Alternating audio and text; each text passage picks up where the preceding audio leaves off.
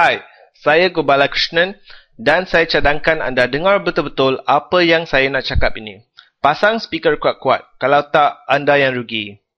Adakah anda antara orang yang menghabiskan 8 sehingga 12 jam sehari dan juga wang beribu-ribu ringgit membeli segala e-book, software, seminar dan lain-lain mengejar impian menjadi jutawan internet tetapi masih gagal membuat 1 sen pun?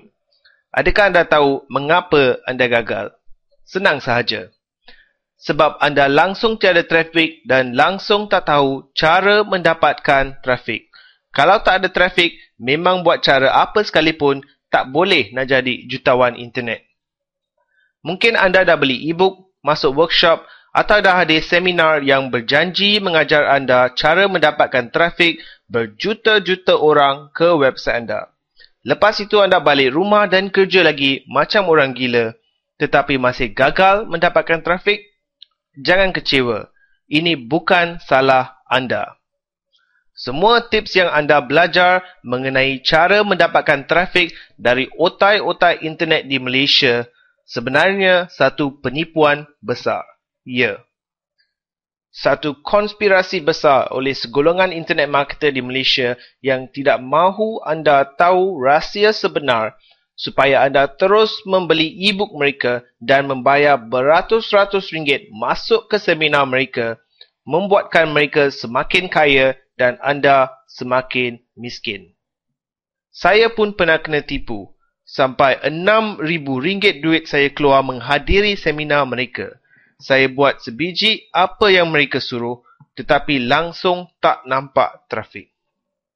Sehingga satu hari saya mula belajar dari sifu-sifu hackers underground kat Malaysia.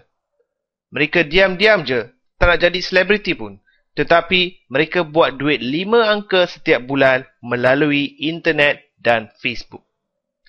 Dengan berfikir di luar kotak dan menggunakan teknik underground, mereka telah membongkar rahsia merampas seberapa banyak trafik yang mereka perlukan dari Facebook tanpa keluar modal 1 sen pun.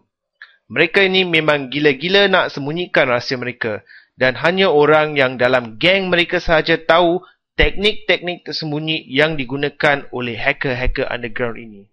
Saya memang terkejut dengan apa yang mereka gunakan dan saya pun tiru teknik luar kotak ini untuk semua website saya. Saya dilarang untuk berkongsi maklumat rahsia mereka dengan orang lain.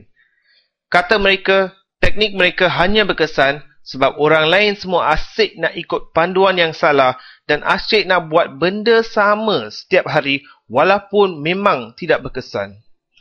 Tetapi saya faham